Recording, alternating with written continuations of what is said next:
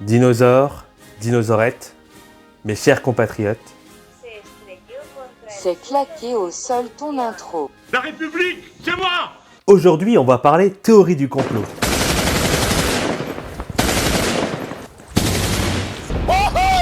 On s'en vivant, putain! Ce sujet sera traité en 3 parties.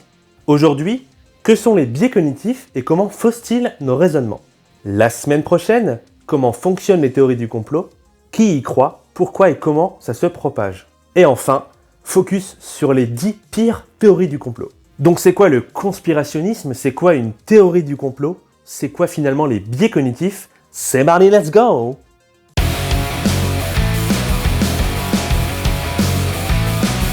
On a toutes et tous des biais cognitifs, sans exception. Il en existe un nombre considérable et on a beau les connaître ou essayer d'y faire face, ce n'est pas toujours simple et efficace. Certains résistent ou nous sont tout simplement inconnus. Mais ne désespérons pas, avec un peu de temps, de recherche, d'information, il est possible d'apprendre à les apprivoiser et d'adapter notre raisonnement pour qu'il soit au plus proche de la réalité objective et des faits. Selon Kahneman, les biais cognitifs sont des mécanismes de pensée qui vont dévier de la pensée logique ou rationnelle et qui vont donc créer une déviation du jugement. Ces biais se produisent lorsqu'on remarque une distorsion dans la prise de l'information ou son traitement. Ils sont liés à des ressources cognitives limitées, par exemple un manque de temps pour traiter l'information ou un manque d'accès à l'information, mais peuvent être aussi liés à des facteurs émotionnels, motivationnels ou moraux. On rappelle que les biais cognitifs sont des mécanismes psychologiques involontaires, automatiques et systématiques qui nous affectent tous, encore une fois, sans exception. Précision importante, il ne s'agit pas d'incompétence, ni de mauvaise foi, ni de manque d'expérience. Finalement, les biais cognitifs vont nous toucher, quelle que soit notre origine, notre degré d'expérience, nos opinions, notre genre, etc. Ce sera peut-être plus parlant avec quelques exemples. En premier, je vous présente le biais de confirmation. C'est notre tendance à chercher seulement les informations qui vont dans le sens de ce que l'on croit savoir. Pour donner un exemple dans le complotisme en général, on va chercher des infos uniquement sur la dangerosité des vaccins sur des sites qui prônent le fait que les vaccins soient dangereux, sans tenir compte des bases scientifiques, des bases de données, des recommandations officielles, etc.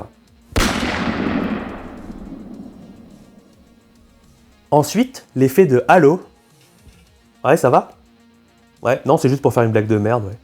La perception d'une personne ou d'un groupe est influencée par la perception qu'on a du groupe au préalable. Par exemple, croire qu'une personne belle est forcément intelligente ou qu'une personne experte dans un domaine scientifique le sera aussi dans un autre. Le biais rétrospectif est notre tendance à surestimer la probabilité qu'un événement survienne alors que celui-ci s'est déjà produit. Les exemples souvent cités sont des attaques terroristes, des résultats surprises à une élection ou encore une crise économique. Pour être plus clair, disons que ce biais rétrospectif va se montrer dans le discours, par exemple, si on dit « c'était sûr que ça allait arriver », tout montrer que ça allait arriver, alors que pas forcément, et ne c'est pas parce que l'événement est arrivé qu'il était forcément probable qu'il arrive.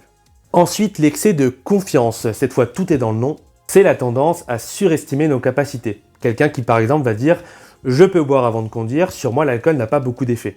Spoiler alerte, c'est faux.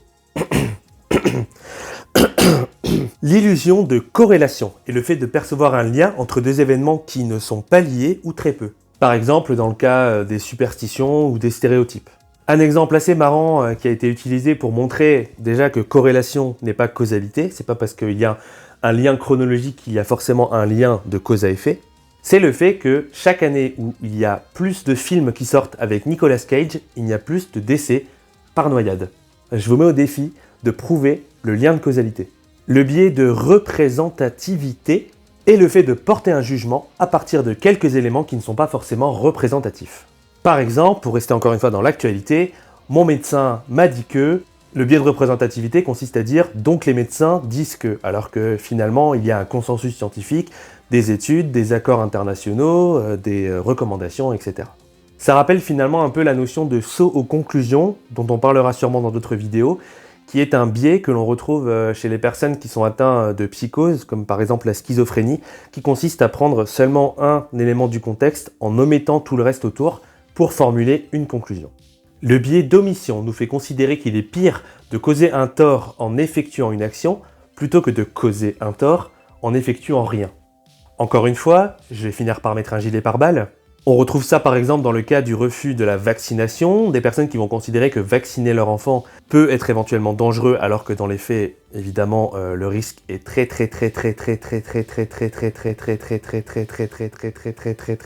faible. Au final, dans le doute, ces personnes ne vont pas vacciner leur enfant alors que finalement, il y a beaucoup plus de risques dans les faits d'être atteint d'une maladie que le vaccin aurait pu éviter, plutôt que de subir d'éventuels effets secondaires d'un vaccin.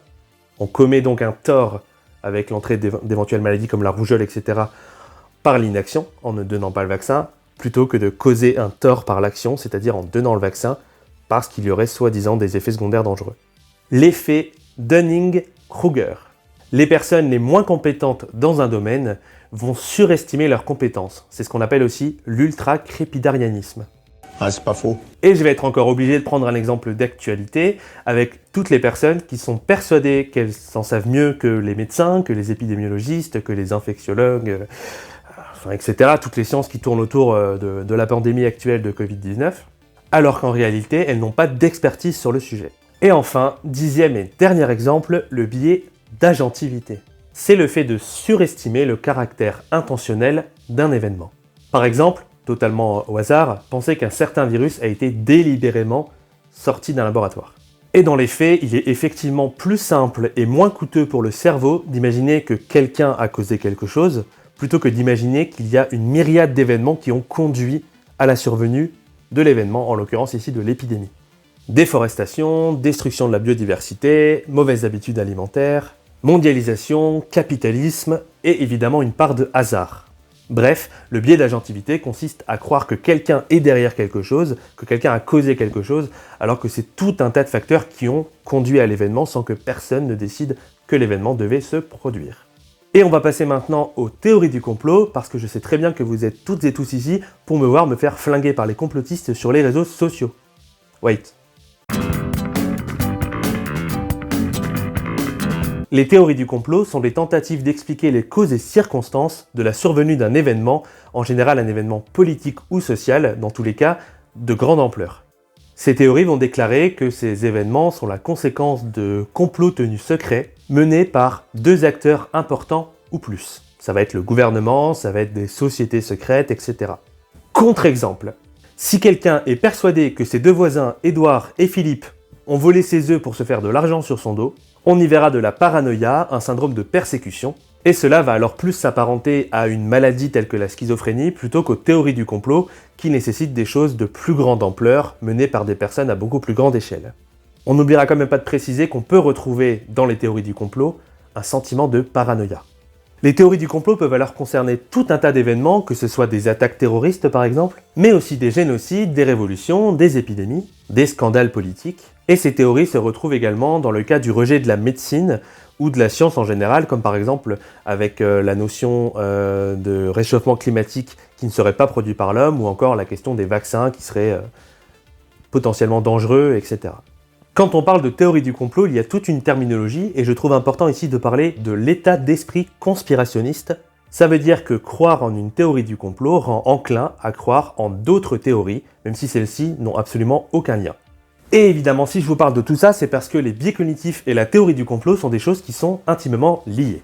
En effet, la création de ces théories, tout comme le fait que des individus y adhèrent, tient en partie du fait de l'existence des biais cognitifs. Prenons quelques exemples.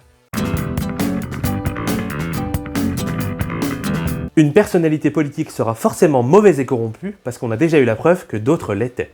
Naviguer de lien en lien pour se renseigner au sein des sphères conspirationnistes, plutôt que de compiler les sources et de rechercher des informations contradictoires. Penser que le virus qui provoque le Covid-19 a été délibérément lâché dans la nature, et prétendre savoir mieux que les autorités sanitaires comment le combattre. Trouver bizarre que la crise du Covid-19 a eu justement lieu au moment où le gouvernement français était confronté à de la résistance sur beaucoup de réformes. Bref, les théories du complot sont légion, on va y revenir, et ces erreurs de raisonnement, ces biais, ces distorsions cognitives, sont un terrain fertile pour celles et ceux qui veulent voir ces théories grandir et se propager, et pour les personnes qui y adhèrent. Pourtant, nous l'avons déjà dit, on a toutes et tous des biais cognitifs, sans exception. Ils ne peuvent donc pas être l'unique cause de l'adhésion aux théories du complot, et il y a d'autres facteurs à aller creuser derrière tout ça. Il existe donc des facteurs psychologiques, épistémologiques motivationnels, existentiels, sociaux, démographiques, politiques, et j'en passe. Et c'est l'ensemble de tout ça qui va venir moduler ce phénomène qu'est le complotisme. On y reviendra la semaine prochaine dans la suite de notre mini-série consacrée aux théories du complot. D'ici là, portez-vous bien, restez ouverts d'esprit, compilez les sources d'informations, ne croyez pas tout ce qu'on vous dit et interrogez-vous sur vos mécanismes de pensée.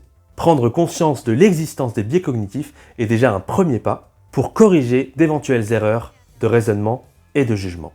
Et encore une fois, je vous le rappelle, tout le monde en fait. À la semaine prochaine, mes dinos. Ciao, bye bye.